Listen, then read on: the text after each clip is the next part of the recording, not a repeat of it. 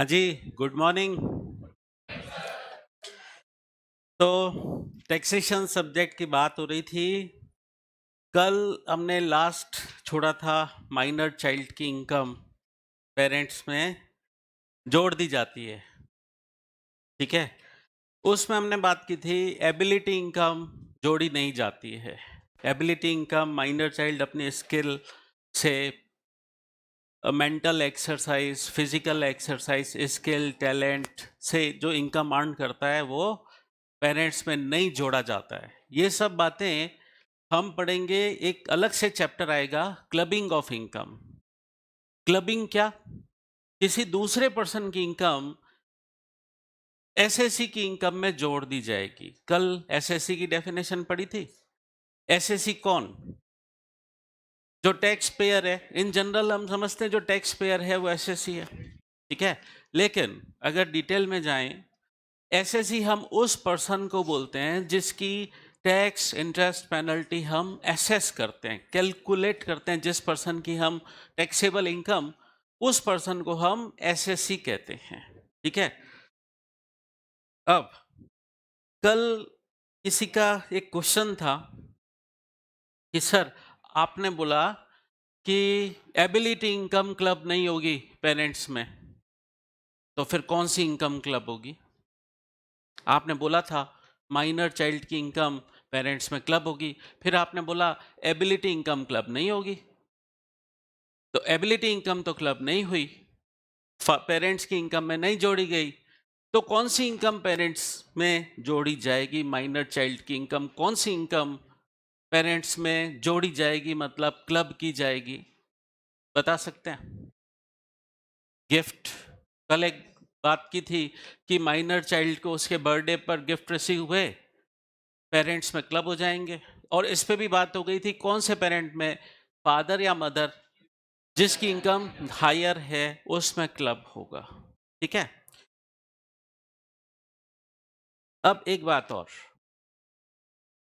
Minor child ने अपनी ability से, मान लीजिए माइनर चाइल्ड जॉब कर रहा है, उसको सैलरी इनकम हो रही है, ये तो पेरेंट्स में क्लब नहीं होगा, ये एबिलिटी इनकम है, क्लब नहीं होगा पेरेंट्स में। लेकिन माइनर चाइल्ड ने वो सैलरी सेव की काफ़ी, और बाद में 2-3 महीने की सैलरी इकट्ठी होने के बाद उसने बैंक में एफडी करवा दी, एफडी पर इंटरेस्ट मिला, वो क्लब पेरेंट्स में होगा या नहीं होगा? बताइए।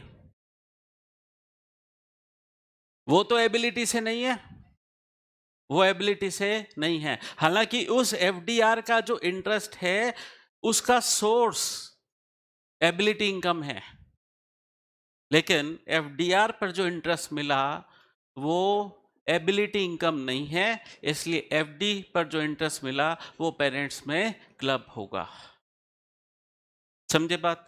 तो माइनर चाइल्ड को सैलरी मिली, पेरेंट्स में क्लब नहीं होगी। सैलरी से एफडी की गई, एफडी पर इंटरेस्ट मिला, वो पेरेंट्स में क्लब हो जाएगा, ठीक है? अच्छा, एक स्टूडेंट ने लास्ट में ये भी पूछा कि फादर है, उसके माइनर चाइल्ड है, सन है, ठीक है?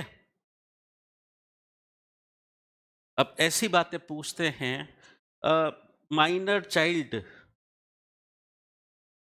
माइनर चाइल्ड के माइनर चाइल्ड हो गया,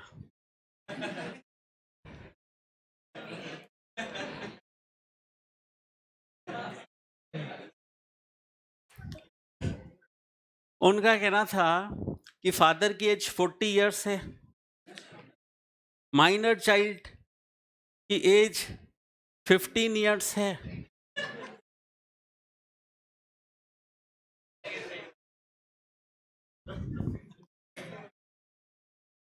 मैंने कहा बेटा बहुत आगे जाएगा। तो बताइए इसमें टैक्स के प्रोविजन कैसे एप्लीकेबल होंगे? बताइए, ये जो माइनर, एक मिनट, क्वेश्चन मेरा सुनिए। माइनर चाइल्ड का जो माइनर चाइल्ड है उसकी क्लबिंग किस में होगी? उसके दादाजी में क्लब हो जाएगी। देखिए इसका फादर ये इसमें क्लब हो जाएगी और इसकी अल्टीमेटली इसमें क्लब होनी है।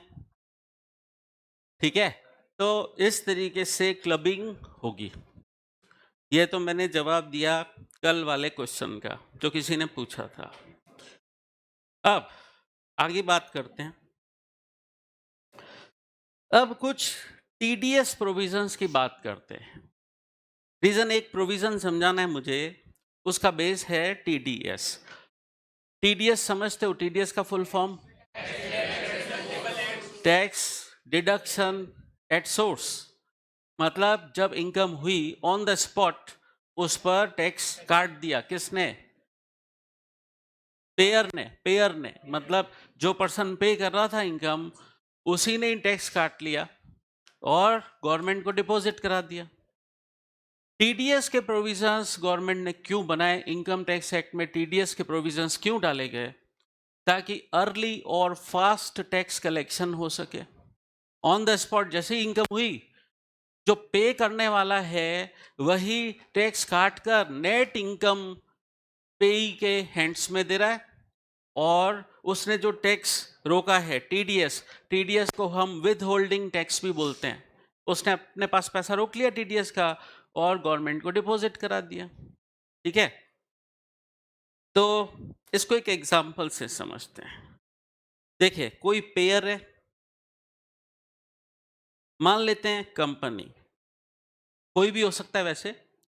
पेयर है, उसने पेई को इनकम दी। पेई के लिए वो चीज इनकम है बट पेयर के लिए तो एक्सपेंस होगी ना। पेयर के लिए वो एक्सपेंस है।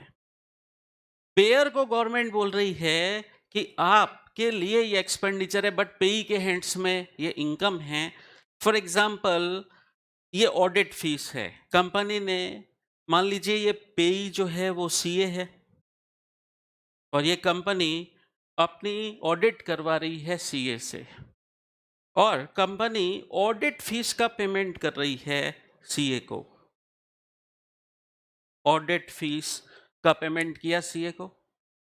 अब जब टीडीएस चैप्टर हम पढ़ेंगे उसमें आएगा कि एक सेक्शन आएगा प्रोफेशनल फीस पर टीडीएस काटा जाए और ऑडिट फीस प्रोफेशनल फीस है, तो हम एक सेक्शन पढ़ेंगे 194 जे।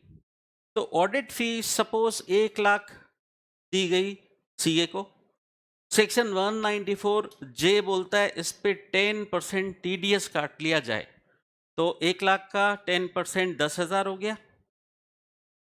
इस सीए को नेट ऑडिट फीस कितना इन हैंड पे किया जाएगा? 90,000। और इस कंपनी ने जो टीडीएस का पैसा डिडक्ट किया है वो ये गवर्नमेंट को डिपॉजिट कराएगी। कौन सी गवर्नमेंट को? सेंट्रल गवर्नमेंट को या स्टेट गवर्नमेंट को? इनकम टैक्स क्या सेंट्रल लॉ है या स्टेट लॉ है? सेंट्रल लॉ है, तो सेंट्रल गवर्नमेंट को डिपॉजिट करा देंगे ये 10,000। इससे गवर्नमेंट को क्या बेनिफिट है? ये सीए वैसे क्या होता, ईयर एंड होता, ईयर एंड मतलब प्रीवियस ईयर एंड होता और असेसमेंट ईयर शुरू होता, तब असेसमेंट ईयर में ये सीए अपनी इनकम असेस करता और टैक्स पे करता। ठीक है, बट अभी तो रनिंग ईयर चल रहा है और रनिंग ईयर में ही इस कंपनी ने ये 1 लाख ऑडिट फीस का पेमेंट करते वक्त 10,000 टीडीएस काट के गवर्नमेंट को डिपॉजिट करा दिया। तो टीडीएस के प्रोविजंस बनाए गए अर्ली और फास्ट कलेक्शन ऑफ टैक्स। ठीक इसी पैटर्न पर गवर्नमेंट ने एडवांस टैक्स के भी प्रोविजंस बनाए हैं। अभी रनिंग ईयर चल रहा है और गवर्नमेंट बोलती है कि ईयर खत्म होने का हमें सब्र नहीं है, हम ईयर एंड होने का वेट नहीं करेंगे। एसएससी आप अपनी इनकम एस्टिमेटेड बेसिस पर कैलकुलेट कर लो और उसका टैक्स भी एस्टिमेटेड बेसिस पर कैलकुलेट कर लो और उसकी इंस्टॉलमेंट्स बना दो और वो इंस्टॉलमेंट्स आपको क्वार्टर वाइज डिपॉजिट करानी है। क्वार्टर समझते हो ना? 3 months, वही वाला क्वार्टर, वो पीने वाला क्वार्टर नहीं। तो 4 क्वार्टर, अप्रैल मई जून फर्स्ट क्वार्टर, फिर जुलाई अगस्त सितंबर, इस तरीके से 4 क्वार्टर होंगे। तो फर्स्ट, सेकेंड, थर्ड और फोर्थ 4 क्वार्टर होंगे। गवर्नमेंट बोलती है कि पूरे साल का आपका एस्टिमेटेड टैक्स कितना बनेगा, कैलकुलेशन करो। अगर वो कम से कम 10,000 बनता है तो आपको ये एडवांस में डिपॉजिट कराना पड़ेगा, रनिंग ईयर में ही। अभी ईयर एंड हुआ ही नहीं है, तब भी रनिंग ईयर का टैक्स आपको, करंट ईयर का टैक्स करंट ईयर चल रहा है, डिपॉजिट कराते जाइए। पूरे साल का जितना बनता है उसका 15% फर्स्ट क्वार्टर का डिपॉजिट करा दीजिए। कब तक? 15 जून तक। अब क्वार्टर तो एंड 30 जून को होगा, बट क्वार्टर एंड तो 30 जून को होगा ना, बट गवर्नमेंट बोल रही है नहीं, 15 जून को ही जमा करा दो। सेकंड इंस्टॉलमेंट 45, ये आप 15 सितंबर तक डिपॉजिट करा दीजिए। थर्ड इंस्टॉलमेंट आप 75%, ये 15 दिसंबर तक जमा करवा दीजिए। और लास्ट 100% एडवांस टैक्स आप 15 मार्च, मतलब अभी 31 मार्च भी एंड नहीं हुआ, 15 मार्च को ही जमा करवा दीजिए जो आपने एस्टिमेट किया है। अब एक बात समझना, ये 15% इसमें इंक्लूडेड है। इसका मतलब ये क्यूमुलेट होके आ रहा है। या मैं यूं कहूं कि अगर पहली किस्त का 15% भर दिया है तो दूसरी किस्त 30% ही भरनी रहेगी। समझ गए? तो गवर्नमेंट ने अर्ली और फास्ट कलेक्शन ऑफ टैक्स के लिए टीडीएस और एडवांस टैक्स के प्रोविजंस बनाए हैं। दोनों ही चैप्टर आपके कोर्स में हैं। ठीक है, अब चलिए एसएससी की बात करते हैं। एसएससी का क्या मीनिंग समझा था? Any person by whom tax interest penalties payable under any provisions of this act. मतलब जो टैक्स इंटरेस्ट पेनल्टी पे करने के लिए लायबल है वो एसएससी है।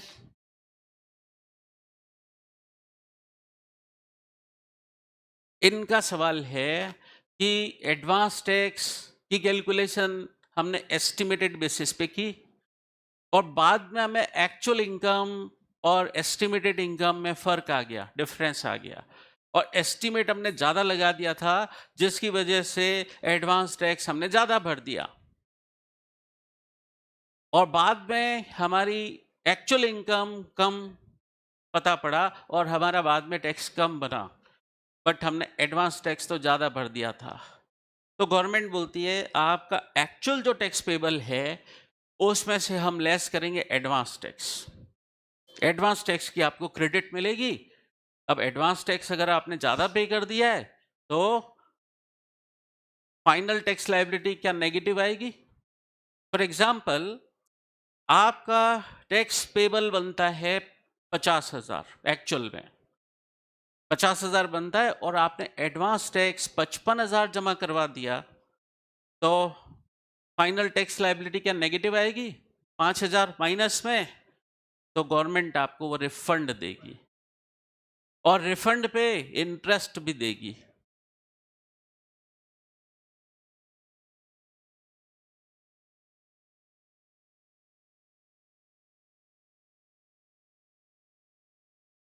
इनकम टैक्स अलग चलेगा, जीएसटी अलग चलेगा, दोनों का सिस्टम अलग है।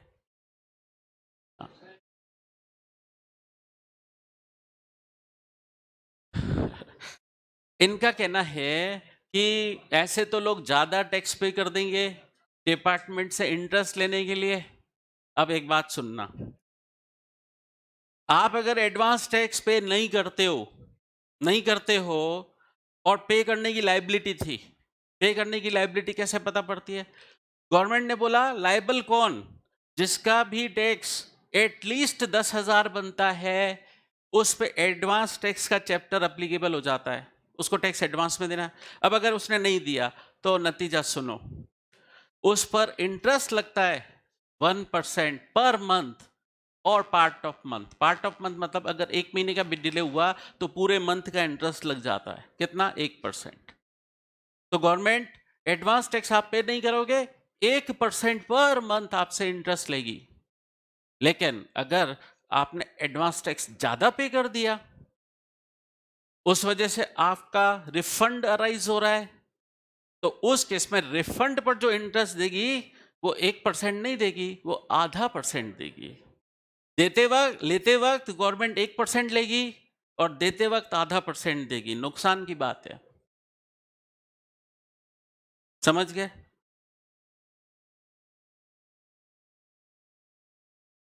कितने इनका कहना है 50,000 की लाइबिलिटी थी, 55,000 भर दिया था एडवांस टैक्स, 5,000 डिपार्टमेंट देगा तो कितने महीने का उसमें इंटरेस्ट जोड़ के देगा?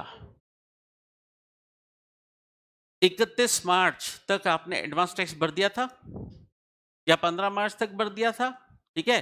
गवर्नमेंट कैलकुलेशन 31 मार्च के बाद से करेगी, मतलब 1 अप्रैल से, और जिस दिन आपको रिफंड दिया जाएगा तब तक का इंटरेस्ट देगी।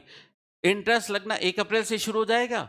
अब गवर्नमेंट मान लीजिए अगले साल के 7 जनवरी को आपको रिफंड देती है, तो जिस दिन तक का रिफंड देगी उस दिन तक का इंटरेस्ट देगी रिफंड के साथ। क्लियर? चलिए, तो एसएससी का मीनिंग समझा हमने। अब ये डेफिनेशन पार्ट है। मैंने बोला था कि सेक्शन 2 के अंदर डेफिनेशंस हैं, तो सेक्शन 2 क्लॉज 7 एसएससी की डेफिनेशन। अब जो भी डेफिनेशन होती है ना, उसके वो किस सेंस में कही जाती है, ये लिखा हुआ है, स्टार्ट हो रहा है मीन्स। कोई भी डेफिनेशन या तो मीन्स से शुरू होती है, या डेफिनेशन कई बार शुरू होती है इंक्लूड से। क्या कोई डिफरेंस है अगर कोई डेफिनेशन मीन्स से शुरू हो या इंक्लूड्स से शुरू हो? हाँ,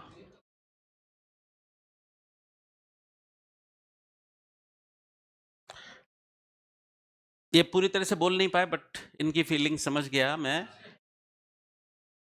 मीन्स के आगे जितना भी लिखा है ना, मीन्स के आगे जितना भी लिखा है उतना ही इंक्लूड माना जाएगा। मतलब वो एग्जॉस्टिव डेफिनेशन है। अगर मीन्स करके लिखा गया है तो वो कंप्लीट लिस्ट है, उससे ज्यादा कुछ भी इंक्लूड नहीं होगा, उससे ज्यादा कुछ भी इंक्लूड नहीं होगा, वो एग्जॉस्टिव डेफिनेशन है। ठीक है? अगर इंक्लूड्स लिखा हुआ है तो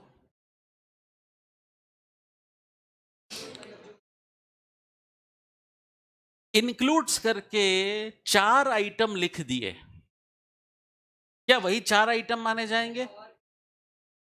वो 4 आइटम जस्ट एग्जाम्पल है, उसके अलावा वैसे ही मिलते जुलते आइटम भी उसमें इंक्लूड हो जाएंगे अगर इंक्लूड्स लिखा है तो डेफिनेशन इनक्लूसिव डेफिनेशन भी हो सकती है।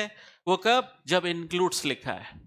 और अगर मीन्स लिखा है तो मतलब वो एग्जॉस्टिव डेफिनेशन है, वो कंप्लीट लिस्ट है। समझ गए बात? बट यहां इनकम टैक्स के नज़ारे कुछ अलग ही हैं। यहां पर डेफिनेशन मीन्स करके भी दे रखी है, फिर इंक्लूड्स करके भी दे रखी है कि ये तो मीनिंग वाला पार्ट, ये सब तो इंक्लूड है ही है, फिर डेफिनेशन को इंक्लूसिव भी बना रहे हैं। Deemed SSC, SSC includes deemed SSC. ये डीम्ड एसएससी का मतलब क्या होता है? कल मैंने बोला कि फादर की डेथ हो गई, 4 बेटे हैं, या सपोज 1 बेटा है, तो डिसीज्ड पर्सन की डेथ हो गई। कल मैंने बोला मान लीजिए उनकी 18 अगस्त को डेथ हो गई, फादर की डेथ हो गई 18 अगस्त को, उनका एक सन है। 1 अप्रैल से लेकर 18 अगस्त तक की इनकम के लिए टैक्स देने के लिए सन लायबल है, वो लीगल रिप्रेजेंटेटिव है। तो लीगल रिप्रेजेंटेटिव जो होगा सन, उसे भी डीम्ड एसएससी माना जाएगा। रीजन, मेन एसएससी तो फादर है, इनकम किसकी है? फादर की। टैक्स पेमेंट के लिए सन को लायबल माना जा रहा है क्योंकि सन लीगल रिप्रेजेंटेटिव है तो सन को बोला जाएगा सन डीम्ड एसएससी है।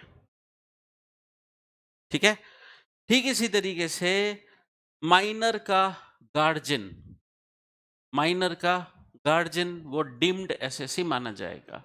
माइनर को टैक्स के प्रोविजंस पता नहीं है, उन्होंने इनकम पर टैक्स, माइनर को इनकम हुई बट उसने पे नहीं किया, तो माइनर की इनकम का टैक्स पेरेंट्स से वसूला जाएगा उनको डीम्ड एसएससी मानते हुए।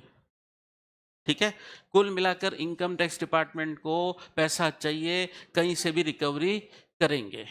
माइनर ने अपनी टैक्स का, अपनी इनकम का टैक्स पे नहीं किया, पेरेंट्स को डीम्ड एसएससी मानकर माइनर के टैक्स की वसूली पेरेंट्स से कर ली जाएगी। ठीक है, तो गार्जियन ऑफ ए माइनर और ल्यूनेटिक जो मेंटली डिस्टर्ब पर्सन है उसके भी गार्जियन टैक्स देने के लिए लायबल हैं और उसके लिए उनको डीम्ड एसएससी माना जाएगा। फिर नेक्स्ट है agent of a non resident. Agent of non resident, इस बात को मैं एक एग्जांपल से समझाता हूं। मेरे पास में एक डॉक्टर रहते हैं, उनकी 2 बेटियां यूएसए में सेटल्ड हैं। उनका प्लान है कि वो भी यूएसए सेटल हो जाएंगे, वो भी यूएसए सेटल हो जाएंगे। तो मैंने उनको एक प्रपोजल दिया कि आपका जो मकान है वो खरीदने में मैं इंटरेस्टेड हूं। ठीक है, मैंने उनसे उनका मकान खरीद लिया। जब वो इंडिया छोड़ रहे थे मैंने उनसे मकान खरीद लिया। बताइए, प्रॉपर्टी ट्रांसफर की उन्होंने ट्रांसफर की, इस पर उनको क्या कैपिटल गेन हुआ होगा? कैपिटल गेन की इनकम एसेट ट्रांसफर करने पर होती है, तो उनको कैपिटल गेन हुआ।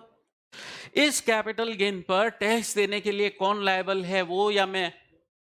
वो लायबल है, इनकम उनकी है, वो टैक्स देने के लिए लायबल है। लेकिन अगर उन्होंने अपना ये टैक्स अनपेड रखते हुए इंडिया छोड़ा, बगैर टैक्स पे किए इंडिया से निकल गए, तो गवर्नमेंट मुझे डीम्ड एसएससी मानकर उनके टैक्स की रिकवरी मुझसे कर लेगी। ठीक है, तो इसके लिए मुझे उनका एजेंट मान लिया जाएगा। वो प्रॉपर्टी की मेरा आउटफ्लो ज्यादा होगा, इनका कहना है मेरी कॉस्ट बढ़ जाएगी। कॉस्ट की बात छोड़िए, मैं बात ये कर रहा हूं कि उनका जो टैक्स लायबिलिटी थी वो मुझे पे करनी पड़ जाएगी, और इनकम टैक्स डिपार्टमेंट का कहना है हम ये मान लेंगे कि आप उनके एजेंट हो, आपने उनको टैक्स इवेजन में करने में, टैक्स चोरी करने में हेल्प की है। अब वो टैक्स पे किए इंडिया से टैक्स पे किए बगैर इंडिया से निकल गए, तो उनका टैक्स आप पे करो, और इस पर्पस से हम आपको उनका एजेंट मान लेंगे।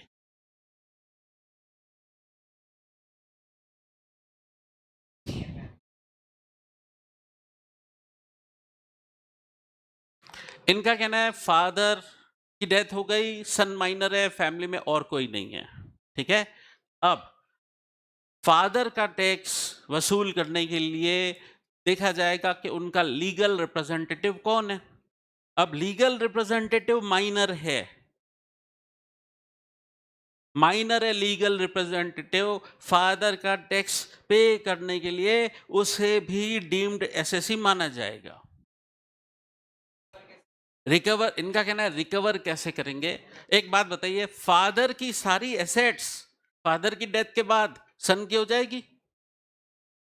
जब सन फादर की सारी एसेट्स ले रहा है तो उसमें से टैक्स पे नहीं करेगा?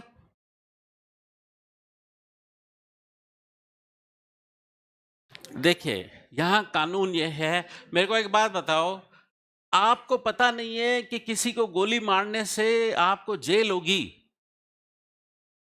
तो किसी को गोली मार दी आपने, उसकी डेथ हो गई, आपको जेल होगी, आपको इस प्रोविजन का पता नहीं है, तो क्या आपको जेल नहीं होगी?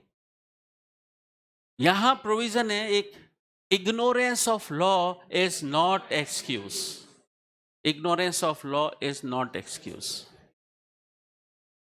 ठीक है, एक ट्रस्ट बनाया, ट्रस्ट की इनकम हुई, ट्रस्ट की इनकम हुई, ट्रस्ट टैक्स नहीं देता है अपना, तो ट्रस्टी को डीम्ड एसएससी माना जाएगा। ठीक है, तो डीम हम क्या बोल रहे हैं, एसएससी इंक्लूड्स डीम्ड एसएससी, और डीम्ड एसएससी होने के क्या क्या एग्जांपल्स होते हैं ये हमने पढ़ा। अभी हमने टीडीएस की बात की थी। कंपनी ऑडिट फीस का पेमेंट कर रही है सीए को, ऑडिट फीस पर टीडीएस कंपनी काटना भूल गई, ऑडिट फीस पर कंपनी टीडीएस काटना भूल गई, बताइए सीए उस ऑडिट फीस पर टैक्स देने के लिए लायबल है कि नहीं है? है, वो टैक्स देगा। बट कंपनी को भी एसएससी इन डिफॉल्ट माना जाएगा, कंपनी को भी एसएससी इन डिफॉल्ट माना जाएगा। A person who fails to deduct TDS, तो जो एसएससी इन डिफॉल्ट है वो भी एसएससी है। अब टैक्स सीए देगा ही, और टीडीएस कंपनी ने डिडक्ट नहीं किया, कंपनी भी वो टीडीएस गवर्नमेंट को पे करने के लिए लायबल है। मतलब क्या, एक ही इनकम पर गवर्नमेंट को दो लोगों से टैक्स मिल जाएगा क्या? मिलेगा। गवर्नमेंट कहती है आप गलती करो, करो गलती, टीडीएस काटना भूले, अब जिस पर्सन की इनकम है वो तो उस पर टैक्स देगा ही, और जो टीडीएस काटना भूला है हम उससे टीडीएस की भी रिकवरी करेंगे अलोंग विथ इंटरेस्ट। गलती करो, अब गलती करोगे हमें दो लोगों से टैक्स मिलेगा, हमारा टैक्स कलेक्शन बढ़ेगा। ठीक है, फिर ऐसा पर्सन जिसके अगेंस्ट कोई प्रोसीडिंग्स इनकम टैक्स डिपार्टमेंट ने शुरू कर दिए for the assessment of his income और लॉस, कोई पर्सन ने पैन नंबर ही नहीं लिया और उसके बहुत ज्यादा इनकम है, उसकी क्या सोच थी, पैन नंबर लूंगा तो कभी भी मेरे पास नोटिस आ जाएगा डिपार्टमेंट की तरफ से, तो मैं पैन नंबर ही नहीं लेता, और उसके 2 नंबर की इनकम बहुत है। अब इनकम टैक्स डिपार्टमेंट को पता पड़ा, तो इनकम टैक्स डिपार्टमेंट उसे एसएससी मानेगी या नहीं, एसएससी की डेफिनेशन में दे रखा है, एसएससी इंक्लूड्स। अब उस पर्सन के अगेंस्ट अगर income tax department proceedings initiate कर देगा तो वो भी एसएससी है। फिर इनकम टैक्स डिपार्टमेंट उसकी इनकम या लॉस एसेस करेगा। ठीक है, और किसी अदर पर्सन जिसके लिए वो पर्सन एसेसेबल है, ऐसा कब होता है, क्लबिंग के केस में, क्लबिंग के केस में होता है, दूसरे पर्सन की इनकम एसएससी की इनकम में जोड़ी जाती है, तो वो उसके लिए भी वो लायबल है। या जिस पर्सन को रिफंड ड्यू है, एडवांस टैक्स ज्यादा पे कर दिया था, टीडीएस ज्यादा कटा था, तो फाइनल टैक्स लायबिलिटी नेगेटिव आ रही है, वो रिफंड होगी, तो उसको उसके लिए डिपार्टमेंट प्रोसीडिंग्स इनिशिएट करेगा, तो उसको एसएससी माना जाएगा। तो एसएससी की डेफिनेशन का पहला पार्ट हमने पढ़ा, मींस पार्ट, कि जो टैक्स इंटरेस्ट पेनल्टी पे करने के लिए लायबल है। इंसॉल्वेंट, देखिए इनका कहना है कि पहले वो पर्सन के बहुत ज्यादा इनकम थी और उसके टैक्स लायबिलिटी भी बनती थी, लेकिन जब डिपार्टमेंट उससे टैक्स की रिकवरी करना चाहता है, एट दैट टाइम वो पर्सन इंसॉल्वेंट हो गया, तो उससे टैक्स रिकवरी कैसे की जाएगी? इंसॉल्वेंसी एक्ट में, इंसॉल्वेंसी एक्ट में ये प्रोविजन है कि अगर उस पर्सन की जो भी एसेट्स हैं वो बेचकर नीलाम करके रिकवरी की जाएगी। ठीक है, तो जो भी गवर्नमेंट ड्यूज है उनकी प्रेफरेंस पहले रहेगी रिकवरी के लिए, तो उसमें से इनकम टैक्स डिपार्टमेंट वसूल कर लेगा उसकी एसेट्स नीलाम करके।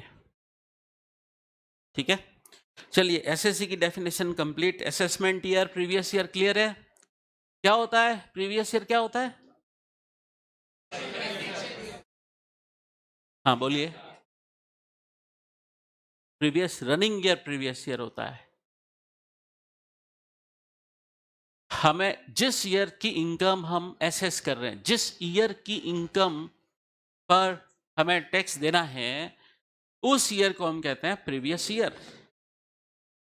तो अभी प्रीवियस ईयर क्या है? प्रीवियस ईयर अभी है आपका एग्जाम के लिए, इस एग्जाम के लिए 23-24 जो रनिंग ईयर है आपका। तो 23-24 ईयर फाइनेंशियल ईयर की इनकम, इस ईयर की इनकम अगर हम एसेस करेंगे तो इस ईयर को हम बोलेंगे प्रीवियस ईयर। लेकिन इस ईयर की इनकम हम एसेस कब करेंगे? जब ईयर पूरा एंड हो जाएगा उसके बाद। तो वेरी नेक्स्ट ईयर, जो वेरी नेक्स्ट ईयर होगा, वो वेरी नेक्स्ट ईयर क्या होगा? 24-25 वो असेसमेंट ईयर होगा। असेसमेंट ईयर की डेफिनेशन सेक्शन 2 क्लॉज 9 में दे रखी है और प्रीवियस ईयर की definition section 2 clause 34 read with section 3 में भी दे रखी है। ठीक है, मतलब दो सेक्शन का रेफरेंस है, section 2 clause 34 read with section 3। मतलब गवर्नमेंट ने प्रीवियस ईयर की डेफिनेशन दो जगह दे दी है। जब दो जगह दे देते हैं तो हमें दोनों सेक्शंस का रेफरेंस लिखना पड़ता है। अब जब एक ही बात बोलने के लिए दो सेक्शन का रेफरेंस लिखना पड़ता है तो मेन सेक्शन लिखते हैं पहले, section 2 clause 34 read with section 3। ठीक है, चलिए इसकी तो बात हो चुकी थी, इस पे दोबारा बात नहीं करते हैं। देखो, इनकी दिक्कत अभी से शुरू हो गई, ये दिक्कत आपको भी आएगी, उसका इलाज बता देता हूं अभी से। अब मंडे को तो आपकी छुट्टी है और ट्यूसडे से बैच मतलब चैप्टर आगे का शुरू होगा। अब वो चैप्टर शुरू होते ही आपको एक दिक्कत आएगी, क्या? और उस दिक्कत का आपको कैसे मैनेज करना है? सेक्शंस आएंगे धड़ाधड़, हर सेक्शन में कुछ ना कुछ बात लिखी होगी और आपको सेक्शन याद होना चाहिए। जैसे एक डॉक्टर जो आपका इलाज करता है, बॉडी में कहाँ कौन सी नस कहाँ जाती है उसे पता होना चाहिए कि नहीं? पता होना चाहिए। तो एक सीए को कौन से सेक्शन में क्या लिखा है, उस सेक्शन का नंबर क्या है, पता होना चाहिए कि नहीं? होना ही चाहिए, नहीं तो प्रोफेशनल पर्सन का क्या मतलब? नहीं तो फिर वो एक सिंपल आम आदमी है। सीए तो सबसे अलग होता है ना।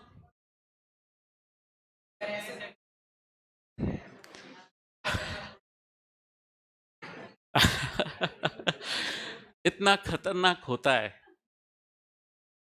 मैं देखो, मैं मैनेज करना बताता हूँ, मैनेज करना बताता हूँ। जैसे अगला चैप्टर आएगा हाउस प्रॉपर्टी, अगला चैप्टर हाउस प्रॉपर्टी लेंगे तो उसमें पहले सेक्शन 22 आएगा, वो चार्जिंग सेक्शन होगा। फिर सेक्शन 23, सेक्शन 23 के अंदर 5 सब सेक्शन होंगे। तो आपको याद रखना है section 23 sub section 1, section 23 sub section 2, 23 sub section 3, ऐसे ऐसे।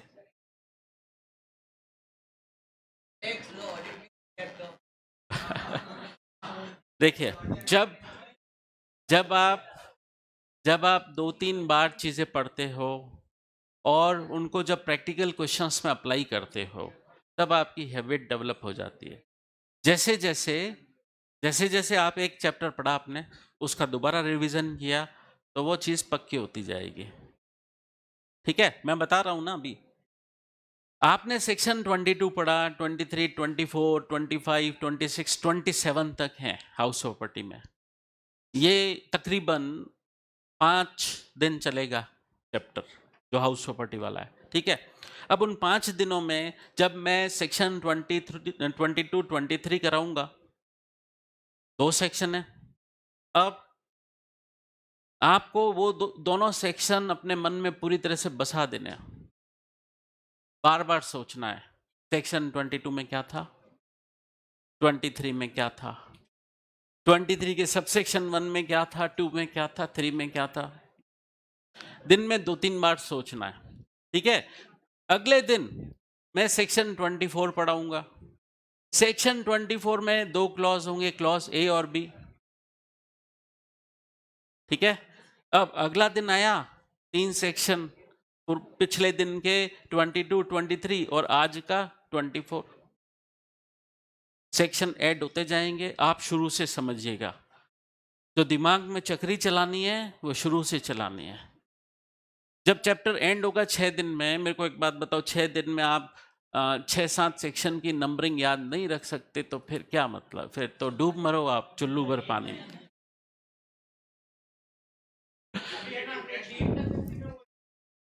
हाँ हाँ हाँ, इनका कहना है नॉन रेजिडेंट का जो एजेंट है, एजेंट से टैक्स की रिकवरी की जाएगी, बट मेन पर्सन को गिफ्ट मिला, वो इंडिया में मिला और वो टैक्स दिए बगैर चला गया, तो जो वो इनकम देने वाला होता है वो रिस्पॉन्सिबल हो जाता है। चलिए अब अगला पॉइंट,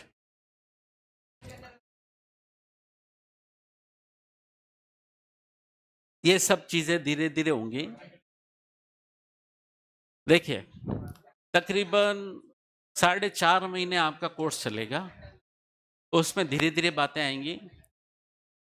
एक स्टूडेंट ने मुझे बोला सर दूसरे टीचर 70 दिन में करवा रहे हैं, तो आप 4.5 महीने में कराओगे तो दिक्कत, 30 दिन 70 दिन में आप भी कराओ। मैंने कहा कि आम पकने में टाइम लगता है, अगर आम को आप आर्टिफिशियली पकाएं तो उसमें वो मिठास नहीं आती है, और अगर आम को नेचुरली तरीके से पकाया जाए तो उसमें मिठास रहती है। तो जितना टाइम उसमें लगना है वो लगेगा, अगर वो उस काम को जल्दी करने का किया तो वो काम खराब होगा। चलिए कल हमने बात की थी चार्जिंग सेक्शंस की। क्या हर हेड का चार्जिंग सेक्शन होता है? क्या पढ़ाया था? सैलरी हेड का चार्जिंग सेक्शन क्या है? 15। हाउस प्रॉपर्टी का 22। बिजनेस प्रोफेशन का 28। कैपिटल गेन का 45 और अदर सोर्सेज का 56। हमने हेड का चार्जिंग सेक्शन पढ़ा, बट क्या खुद इनकम टैक्स एक्ट का चार्जिंग सेक्शन नहीं होता? क्या एक्ट के अंदर किसी सेक्शन में लिखा जाएगा कि गवर्नमेंट इनकम टैक्स चार्ज करेगी? मतलब क्या एक्ट का खुद का चार्जिंग सेक्शन होगा या नहीं? तो यस, एक्ट का खुद का चार्जिंग सेक्शन भी है, सेक्शन 4। इसमें गवर्नमेंट ने लिखा कि ये सेक्शन 4 जो है इनकम टैक्स एक्ट का चार्जिंग सेक्शन है। इसमें गवर्नमेंट ने लिखा क्या, पढ़ते हैं language, income tax shall be charged. हो गया ये charging section for every assessment year. मतलब टैक्स चार्ज कब किया जाएगा, असेसमेंट ईयर में या प्रीवियस ईयर में? असेसमेंट ईयर में। लेकिन टोटल इनकम किस साल की ली जाएगी? प्रीवियस ईयर की। तो प्रीवियस ईयर की टोटल इनकम और टैक्स देने के लिए लायबल कौन होगा? Every person. टैक्स रेट क्या होगी? At the rate or rates as specified in annual finance act. हमने क्या बोला था? टैक्स रेट क्या दे रखी होती है फाइनेंस एक्ट में। अब एक बात और समझो, जो स्पेशल इनकम्स होती हैं उन पर स्पेशल टैक्स रेट्स होती है। जैसे कैपिटल गेन हुआ, लॉन्ग टर्म कैपिटल गेन, उस पर टैक्स रेट 20% होती है। तो वो टैक्स रेट फाइनेंस एक्ट में नहीं आएगी, वो तो एक्ट के किसी सेक्शन में दे रखी होगी। या इस बात को मैं थोड़ा सिंप्लीफाइड वे में बोलूं, स्पेशल इनकम पर टैक्स रेट्स स्पेशल होती हैं, वो एक्ट के किसी सेक्शन में दे रखी होती हैं। तो बाकी जो जनरल टैक्स रेट होती है वो आपको फाइनेंस एक्ट में दे रखी होती है। मतलब टैक्स रेट दो जगह होती हैं, general tax rate finance act के अंदर और स्पेशल टैक्स रेट्स एक्ट के अंदर ही, इनकम टैक्स एक्ट के अंदर ही। तो ये है इनकम टैक्स एक्ट का चार्जिंग सेक्शन। ये आपको पॉज कर करके पढ़ना चाहिए। जैसे income tax shall be charged for every assessment year on the total income of every person of a previous year at the rate or rates as prescribed in annual finance act subject to special tax rate of prescribed in this act। ठीक है, मतलब special tax rate आपको act के अंदर है और general tax rate finance act के अंदर। ठीक है, किसी ने एक और बात भी पूछी कि सर एक और बात बताइए कि जैसे आपने जीएसटी की बात की थी, एक एग्जाम्पल दिया था हमको कि ये वाला एग्जाम्पल दिया था आपने ए ने बी को गुड्स बेचा, बी ने सी को बेचा, ठीक है। पहले हमने यहाँ बोला था कि बी ने सी को बेचा था 150 में और उस पर 18% जीएसटी लगाया था 27 रुपए, तो टोटल कितना हो गया 177, ठीक है। इसकी अकाउंटिंग एंट्रीज कैसे होती हैं, जीएसटी की अकाउंटिंग एंट्रीज कैसे होती हैं? देखिए, सेल करने से पहले आप वो गुड्स परचेज करोगे। अब इस केस में आप मुझे बताइए, जब ये बी परचेज कर रहा है, पहले बाद में सेल कर रहा है ना, पहले परचेज कर रहा है ए से, परचेज जब वो कर रहा है तब उसने ए को ए से परचेज किया, बिल ये है उसका, एंट्री क्या पास करेगा? परचेज अकाउंट डेबिट कितने से? 100 रुपए से। और इनपुट सीजीएसटी आईजीएसटी का बाइफर्केशन अलग से, ठीक है, 9% डेबिट और 2 कैश या क्रेडिटर्स, ठीक है। इस तरीके से एंट्री हो जाएगी। परचेस 100 से डेबिट, इनपुट सीजीएसटी डेबिट 9 रुपए से, इनपुट एसजीएसटी डेबिट 9 रुपए से, 2 कैश, अगर कैश में पे किया है तो, कैश में परचेस किया है तो, और अगर अभी क्रेडिट में ही परचेस किया है तो क्रेडिटर का नाम आ जाएगा। क्रेडिटर कितने का, क्रेडिटर कितने से स्टैंड होगा? 118 से। ये परचेस के वक्त एंट्री हो जाएगी। सेल के वक्त क्या एंट्री पास करेंगे? अगर कैश सेल है तो कैश डेबिट, और अगर क्रेडिट सेल किए तो डेटर अकाउंट डेबिट। कितने से डेटर अकाउंट डेबिट कितने से करेंगे? 177 से। फिर टू सेल्स कितने से? 150, टू सेल्स 150, और 2 आउटपुट सीजीएसटी 27 रुपए का आधा 13.5, और 2 आउटपुट एसजीएसटी कितना 13.5 रुपए। इस तरीके से एंट्रीज होंगे। अब मेरे को एक बात बताओ, इस तरीके से जनरल एंट्रीज आपने पास कर दी, क्या आप फिर सेल और परचेस को P&L अकाउंट या ट्रेडिंग अकाउंट में ट्रांसफर की एंट्री पास करोगे जब, तो आप इस आउटपुट और इनपुट सीजीएसटी एसजीएसटी को भी P&L अकाउंट में ट्रांसफर करोगे क्या? सेट ऑफ की एंट्री करेंगे। सेट ऑफ की एंट्री कैसे करेंगे? देखो, परचेस की एंट्री में आपने इनपुट टैक्स को डेबिट किया था, तो सेट ऑफ की एंट्री में क्रेडिट करेंगे, ठीक है। और आउटपुट टैक्स को आपने सेल के साथ क्या किया था? क्रेडिट किया था, अब डेबिट करेंगे। तो आउटपुट टैक्स डेबिट 27 रुपए से, और 2 इनपुट टैक्स क्रेडिट 18 रुपए से, और बाकी के डिफरेंस का क्या करोगे? डिफरेंस का देखो, आउटपुट टैक्स डेबिट 27 रुपए, 2 इनपुट टैक्स क्रेडिट करेंगे 18 रुपए से, और 2 टैक्स पेबल डिफरेंस का 9 रुपया। इस तरीके से एंट्री करेंगे। अच्छा, ये अब 9 रुपए का टैक्स पेबल है, बाकी तो आपस में सेट ऑफ हो गया ना। अभी भी कौन सा लेजर स्टैंड कर रहा है? टैक्स पेबल 9 रुपए से। वो P&L अकाउंट में ट्रांसफर करने की एंट्री पास होगी क्या? बोलिए।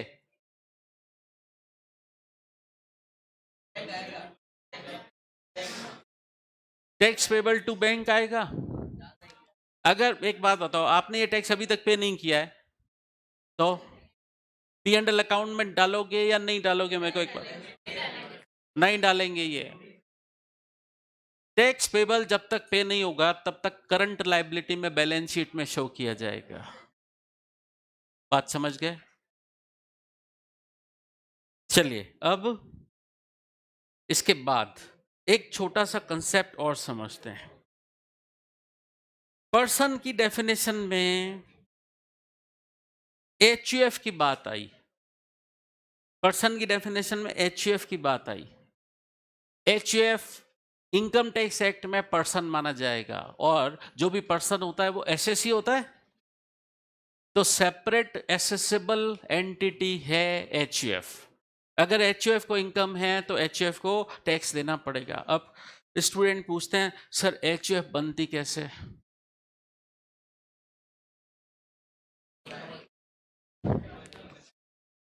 एक हिंदू लड़का सिंगल है और उसके फैमिली में कोई नहीं है, वो जब शादी करेगा, शादी के वक्त उसकी एचयूएफ बन जाएगी। ठीक है, मेरे पास क्लाइंट आते हैं, हमारे एचयूएफ बनानी है। मैं पूछता हूँ शादी हो गई? उनका कहना है हाँ। मैंने कहा तो एचयूएफ तो आपने खुद बना दी है, मैं क्या बनाऊंगा? ऑलरेडी एचयूएफ बन गई है, मेरे को तो एचयूएफ की फाइल बनानी है। तो मैरिज हो गई, एचयूएफ बन जाती है। अब इनका सवाल है डिवोर्स हो गया तो एचयूएफ खत्म हो जाएगी। चलिए, तो एचयूएफ बन गई, मैरिज के वक्त एचयूएफ बन गई।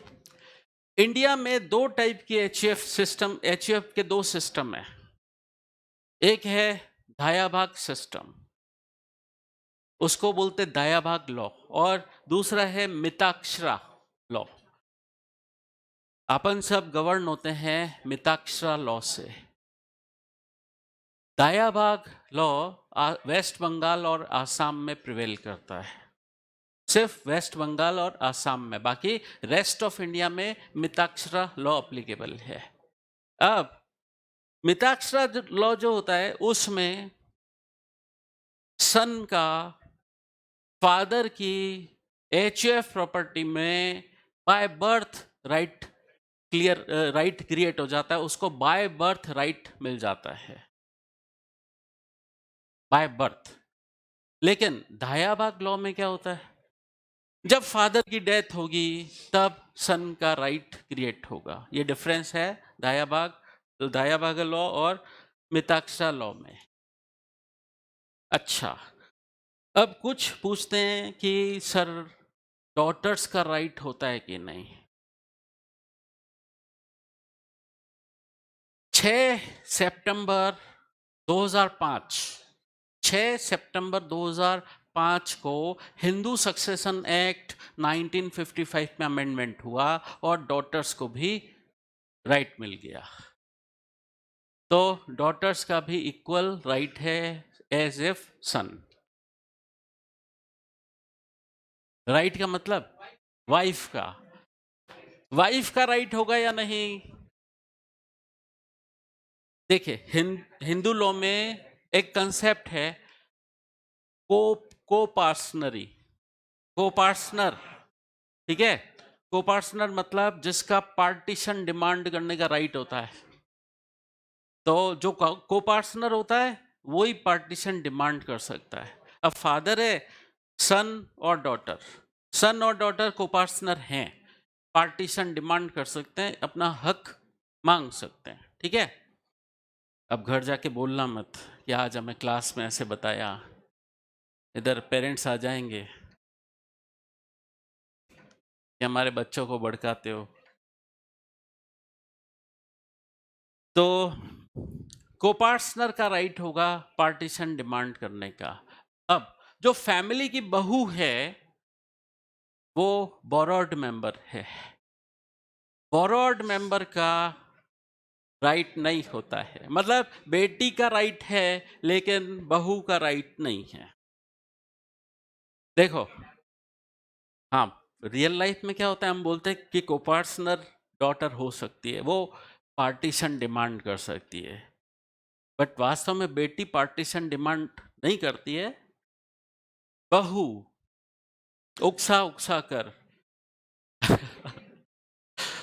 पार्टीशन करवाती है। हाँ, चलिए, तो ये सिस्टम है एचयूएफ का। एचयूएफ सेपरेट एसेसेबल एंटिटी है। कई लोग टैक्स प्लानिंग करने के लिए उसका यूज करते हैं, जैसे बिजनेस है। अब मान लीजिए सोल प्रोप्राइटर है, एक नया बिजनेस और स्टार्ट करना है, अब एक बिजनेस से इनकम इतनी ज्यादा है कि उस पर टैक्स ज्यादा बनता है। अब टैक्स प्लानिंग क्या करें? एचयूएफ की अलग फाइल खुलवा दें और एचयूएफ के नाम से एक और बिजनेस करें।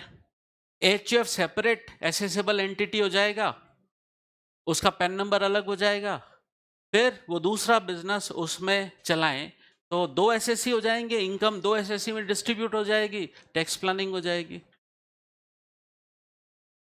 चलिए अब डिफरेंस छोटा सा समझते हैं। एओपी और बीओआई में क्या डिफरेंस होता है? नाम का जो डिफरेंस है वो छोड़िए आप। एओपी एग्जिस्टेंस में कैसे आती है? By agreement. एग्रीमेंट ओरल भी हो सकता है, रिटर्न भी हो सकता है, लेकिन अगर वो रिटर्न वाला in the form of partnership deed है तब तो वो पार्टनरशिप हो जाएगी।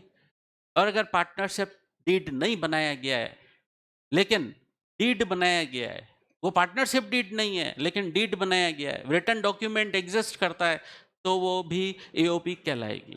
मतलब एओपी एग्जिस्टेंस में आती है ओरली, ओरल एग्रीमेंट से भी और रिटर्न एग्रीमेंट से भी, जब तक वो पार्टनरशिप डीड नहीं है। और बीओआई एग्जिस्टेंस में कैसे आती है? Bye operation of law. मैंने बताया फादर की डेथ हो गई, 4 बेटे हैं, फादर का टैक्स पे करने के लिए चारों बेटों को बॉडी ऑफ इंडिविजुअल्स माना जाएगा और फादर की टैक्स की रिकवरी उन चारों बेटों से जॉइंटली की जाएगी। वो जॉइंटली और सेवरली लायबल होंगे।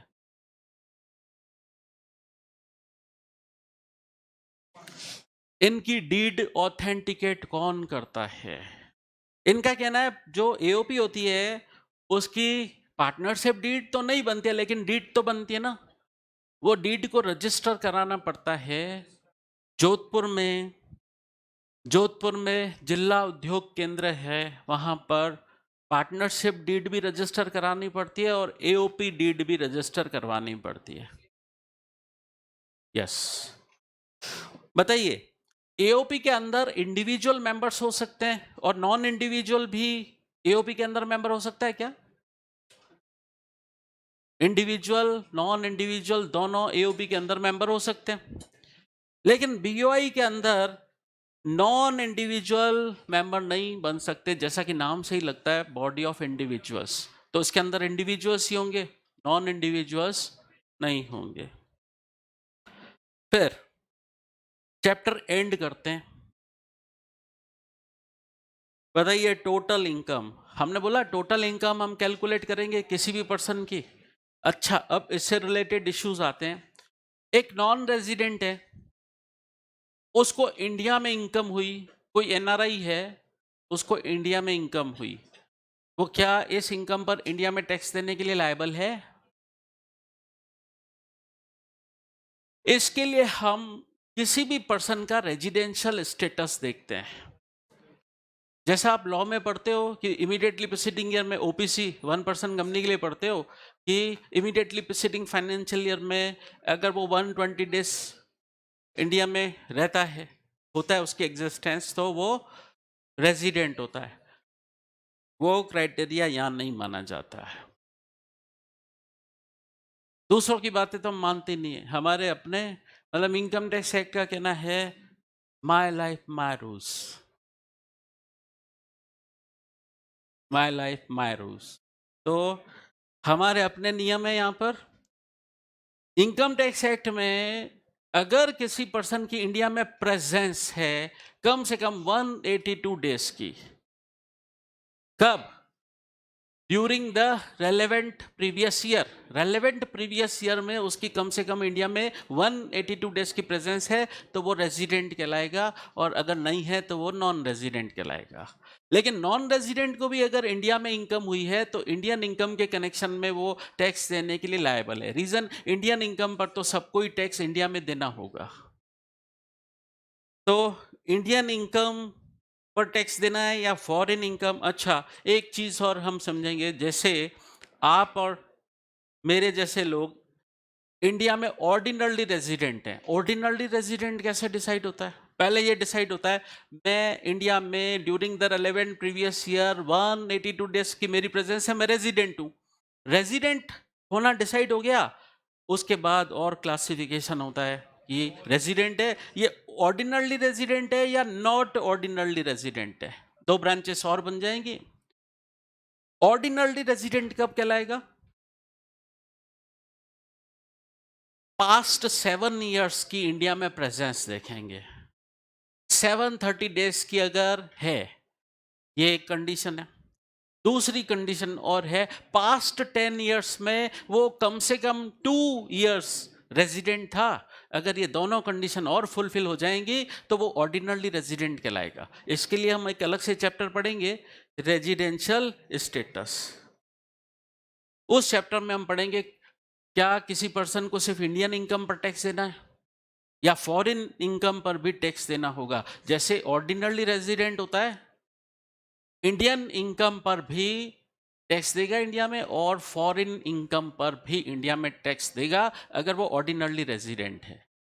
अब आपका सवाल आना चाहिए, सर ऑर्डिनरली रेजिडेंट है, इंडियन इनकम पर तो उससे टैक्स ले रहे हैं, ठीक है, फॉरेन इनकम पर उससे इंडिया में टैक्स ले रहे हैं। अब एक बात बताओ, ये फॉरेन इनकम पर उससे फॉरेन में भी टैक्स ले लिया गया था तो एक ही इनकम 2 कंट्रीज में टैक्सेबल हो गई, तो हो सकता है कि नहीं? हो सकता है। तो क्या इस केस में डबल टैक्सेशन हो जाएगा? एक ही इनकम पर 2 कंट्रीज टैक्स लेगी तो डबल टैक्सेशन हो जाएगा। उस केस में इनकम टैक्स में एक रिलीफ का सेक्शन है, उस रिलीफ के सेक्शन को हम बोलते हैं डबल टैक्सेशन रिलीफ। उसके लिए होते हैं इनकम टैक्स में सेक्शन 90, 90A और 91। यह है डबल टैक्सेशन रिलीफ के सेक्शन कि अगर एक ही इनकम पर 2 कंट्रीज टैक्स लेंगी तो डबल टैक्सेशन हो जाएगा, उस केस में रिलीफ दी जाएगी। ठीक है, तो इसके साथ ही ये चैप्टर एंड। इसमें एक छोटी सी बात और है,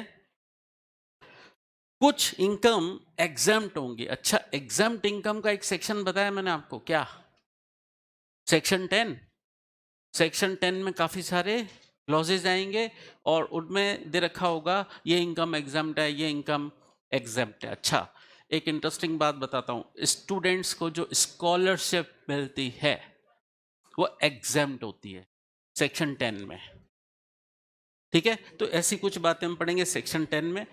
अच्छा बताइए, कोई इनकम टैक्सेबल होती है तो उसके खर्चे अलाउ होंगे कि नहीं? जैसे आपने सेल्स की 100 रुपए की और आपके एक्सपेंस हो गए 85, आपको टैक्स 15 रुपए नेट प्रॉफिट पे देना है या पूरे 100 रुपए पे देना है? नेट प्रॉफिट 15 रुपए पर ही देना, मतलब एक्सपेंस अलाउ हो जाएंगे। इनकम डिटरमाइन करने में आपको एक्सपेंस अलाउ हो जाएंगे। लेकिन अगर कोई इनकम ही एग्जाम्प्ट है तो उसका एक्सपेंडिचर अलाउ होगा क्या? जब इनकम एग्जाम्प्ट है तो उसका कोई एक्सपेंडिचर अलाउ नहीं होगा। उसके लिए सेक्शन बना हुआ है, सेक्शन 14 कैपिटल A। इसमें क्या बोला है बताइए, जो इनकम एग्जाम्प्ट है टोटल इनकम में आप जोड़ोगे कि नहीं? नहीं जोड़ेंगे, उसको सिर्फ इनर कॉलम में रिपोर्टिंग पर्पस के लिए बताएंगे, आउटर कॉलम में निल लिखेंगे। तो जब टोटल इनकम कंप्यूट करेंगे, no deduction shall be allowed for that expenditure which has been incurred to earn exempted income. Exempted income को कमाने के लिए किया गया कोई भी खर्चा अलाउ नहीं होगा, क्योंकि जब पूरी ग्रॉस इनकम ही एग्जम्प्ट है तो गवर्नमेंट एक्सपेंडिचर क्यों अलाउ करेगी? ठीक है, तो ये चैप्टर आपका खत्म हुआ। ठीक है, इसके आगे हम नेक्स्ट क्लास में लेंगे हाउस प्रॉपर्टी हेड, और तब से आपको क्वेश्चन बैंक भी मिल जाएगा, प्रैक्टिकल क्वेश्चंस शुरू हो जाएंगे। ठीक है, चलिए आज की क्लास में इतना ही।